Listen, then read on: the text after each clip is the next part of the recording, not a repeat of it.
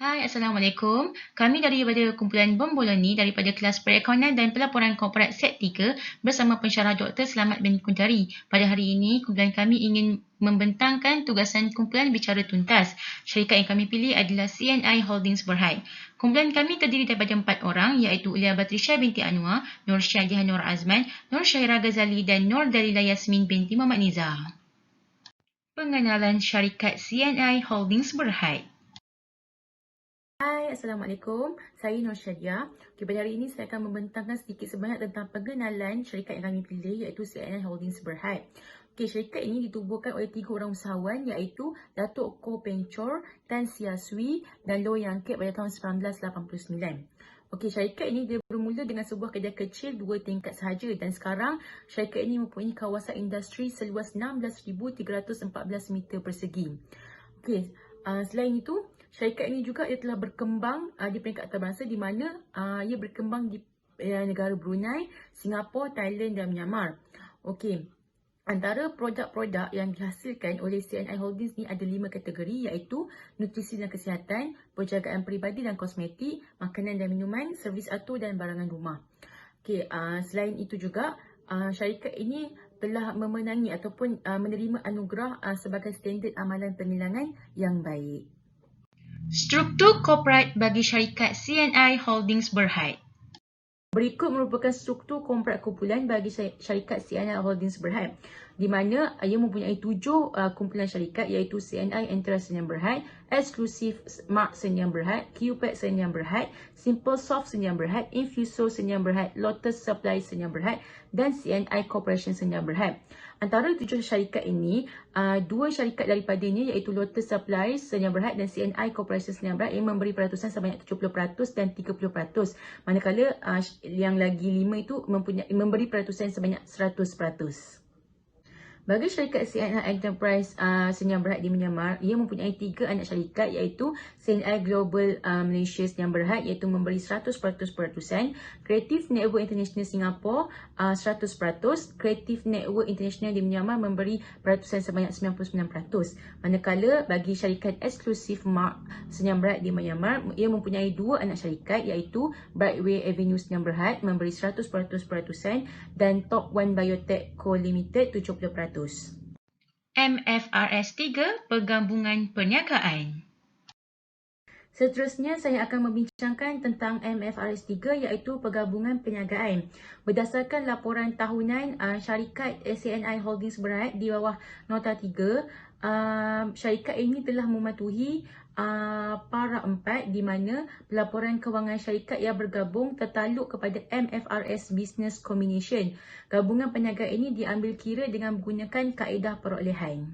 Selain itu, syarikat CNI Holdings Berhad ini juga mematuhi para 18 iaitu entiti peroleh perlu mengukur aset boleh dikenal pasti yang diperoleh dan liability yang diambil alih pada nilai saksama pada tarikh perolehan. Akhirnya, bagi MFRS 3 iaitu Pergabungan Perniagaan, syarikat CNI Holdings Berhad ini juga telah mematuhi para 34 di mana jika amount bersih aset yang boleh dikenal pasti yang diperolehi dan liability yang diambil alih pada nilai saksama pada tarikh perolehan melebihi agregat. Ini bermaksud wujud laba dari pembelian diskaun dan ia juga mengiktiraf dalam akaun untung rugi pada tarikh perolehan. Seterusnya, saya akan menerangkan tentang urus niaga antara anak syarikat bersama dengan syarikat induk. Mengikut polisi syarikat, anak syarikat adalah entiti di mana kumpulan mempunyai semua perkara berikut. Iaitu yang pertama, mempunyai kuasa ke atas pelabur, iaitu hak yang akan memberikannya kemampuan semasa untuk mengarahkan aktiviti yang berkaitan daripada pelabur. Yang kedua, mempunyai pendedahan ataupun hak terhadap pulangan yang berubah daripada pelaburan dengan pelabur. Yang ketiga, mempunyai keupayaan menggunakan kuasanya ke atas pelabur untuk mempengaruhi pulangan. Dalam penyata kewangan syarikat, pelaburan dalam anak syarikat diambil kira pada kos ditolak dengan kemerosotan kerugian. Semasa penjualan pelaburan tersebut, perbezaan antara hasil pelupusan bersih dan nilainya adalah termasuk dalam untung atau rugi. Baiklah, kita boleh lihat antara urus niaga yang berlaku. Kita boleh tengok dalam penyata kedudukan syarikat CNI Holding Berhad, bahagian aset bukan semasa, syarikat ada melakukan pelaburan ke dalam anak syarikat pada tahun 2018 dan 2019 sebanyak 80 RM80 juta, RM421,372 ringgit. Jadi tiada berlaku penurunan ataupun peningkatan dalam pelaburan tersebut. Pada tahun yang sama, syarikat tidak mempunyai sebarang penerimaan daripada anak syarikat dalam penyata kedudukan kewangan bahagian aset semasa. Seterusnya, dalam penyata ahli tunai pula, kita boleh lihat terdapat urus niaga iaitu syarikat membayar pendapatan dividen kepada anak syarikatnya iaitu hanya pada tahun 2018 sebanyak RM1,500,000. Selain itu, syarikat telah melakukan pelupusan anak syarikat pada tahun 2018. Oleh itu, kerugian pelupusan anak syarikat yang dialami pada tahun tersebut adalah sebanyak RM690,176. Seterusnya, syarikat CNI Holding Berhad juga telah mendapat kerugian atas penurunan nilai iaitu jumlah yang perlu dibayar oleh anak syarikat kepada mereka sebanyak RM91,833 pada tahun 2018 dan sebanyak RM316 saja pada tahun berikutnya. Selain itu, syarikat membayar pendapatan faedah kepada anak syarikatnya iaitu sebanyak RM134,765 pada tahun 2018 dan sebanyak RM119,928 pada tahun 2019. Pembayaran tersebut berkurang pada 2019 sebanyak RM14,837. Selain itu, terdapat pengecualian hutang pada jumlah yang terhutang pada anak syarikat pada tahun 2019 sebanyak RM116,857. Okey, seterusnya urus niaga aliran keluar tunai bersih iaitu pelupusan anak syarikat pada tahun 2018 sebanyak RM2,223. Seterusnya, syarikat CNI Holding ada melakukan penambahan pelaburan dalam anak syarikatnya pada tahun 2018 sebanyak RM500,000. Pada 24 Disember 2018, syarikat memperuntukkan tambahan dan penerbitan modal saham berbayar sebanyak RM500,000 kepada anak syarikatnya iaitu QPAC M Sendian Berhad yang terdiri daripada 500,000 saham biasa bernilai RM1 setiap satu. Pada tahun 2019, syarikat akhirnya menerima pembayaran daripada anak syarikat iaitu sebanyak RM1,184,283. Kesimpulannya ialah segala urus niaga dalam anak syarikat dapat dijelaskan secara terperinci dalam nota akaun jika ingin mengetahui perincian setiap urus niaga itu dengan lebih lanjut. Muhibah atas gabungan. Muhibah atas gabungan. Berikut adalah pengiraan muhibah bagi syarikat CNI Holdings Berhad bagi tahun 2018 dan 2019. Amaunnya adalah sama, menunjukkan syarikat tidak membuat sebarang pelupusan muhibah. Muhibah atas gabungan yang diperoleh dalam perniagaan mewakili perbezaan antara pertimbangan pembelian dan kepentingan kumpulan dalam nilai saksama aset, liability dan liability luar jangka dikenal pasti di anak syarikat pada tarikh pemerolehan. Muhibah diperuntukkan kepada unit penjana tunai dan dinyatakan pada kos ditolak rosad nilai terkumpul jika ada. Ujian rosad nilai dilakukan setiap tahun dan muhibah juga diuji untuk rosad nilai apabila terdapat indikasi penurunan nilai. Rosad nilai yang diiktiraf tidak akan dibalikkan dalam tempoh berikutnya. Setelah penjualan pelaburan di anak syarikat, muhibah yang berkaitan akan dimasukkan dalam pengiraan keuntungan atau dimasukkan ke dalam kerugian penjualan pelaburan anak syarikat dalam untung atau rugi. Kepentingan bukan kawalan. Kepentingan bukan kawalan. Kepentingan bukan kawalan dalam anak syarikat yang dimiliki sebahagiannya mewakili bahagian aset bersihnya selain muhibah dari anak syarikat dan dikemukakan sebagai komponen equity secara berasingan daripada equity pemilik.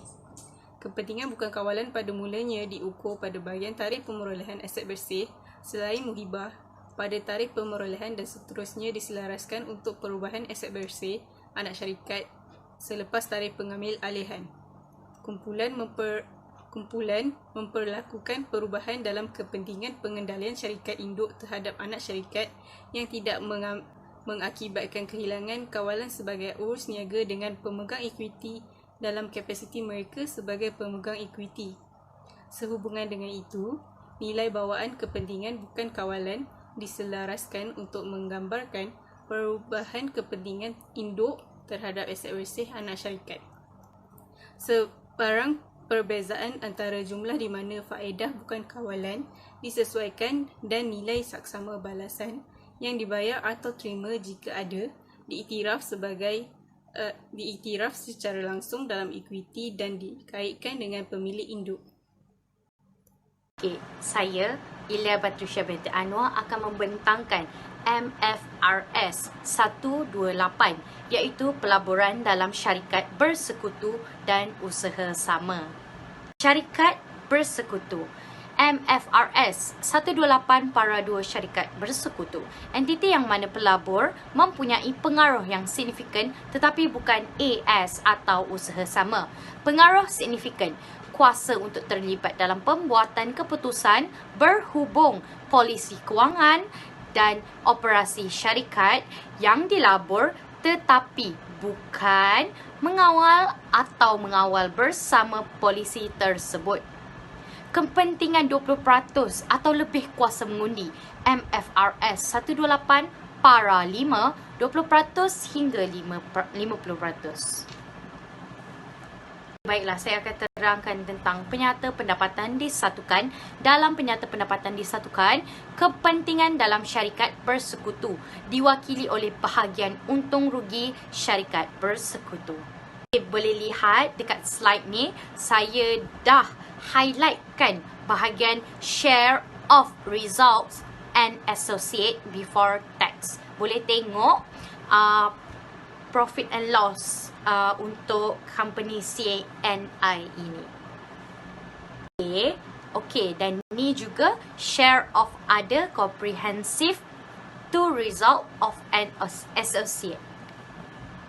Okey, seterusnya, penyata pendapatan disatukan. Dalam penyata pendapatan disatukan, kepentingan dalam syarikat bersekutu diwakili oleh pelaburan dalam syarikat bersekutu. Okay, saya dah highlightkan dekat sini investment in subsidiaries dan investment in an associate. Boleh tengok dekat penyata ni yang telah saya petik daripada penyata 2019 CNI.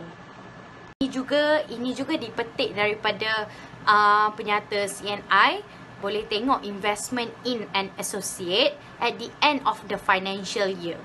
Berapa mereka dapat, tengok dekat kolom group, kerana mereka telah mengasingkan company dan group dan mereka tidak sekalikan. Dan ini amat memudahkan lagi untuk kita lihat dari segi keuntungan yang dapat dari segi group atau company. Para 32. Pada tarikh perolehan pelaburan, apa-apa perbezaan antara kos pelaburan dan perkongsian pelabur dalam nilai saksama bersih, aset, liability dan liability contingent bersekutu diambil kira berdasarkan MFRS 3 Business Combination. Muhibah berkaitan syarikat bersekutu termasuk dalam amang bawaan, pelaburan, pelunasan, muhibah tidak dibenarkan dan oleh itu tidak diambil kira dalam menentukan perkongsian pelabur dalam untung rugi bersekutu. Ini kita boleh tengok daripada contoh para 32 tadi. Saya telah ambil ni petikan penyata daripada CNI. Group share of net liabilities or asset. Diorang dah nyatakan. Lain-lain baki antara syarikat tidak dihapuskan kerana butiran penyata kedudukan kewangan syarikat bersekutu tidak digabungkan. Ia ditunjukkan sebagai item berasingan dalam penyata kewangan. Contoh pinjaman kepada syarikat bersekutu termasuk faedahnya. Baiklah, ini adalah statement of financial position syarikat CNI. Boleh dilihat di sini semua MFRS yang saya telah sebutkan di atas tadi, semuanya boleh dilihat di sini di statement of financial position di mereka.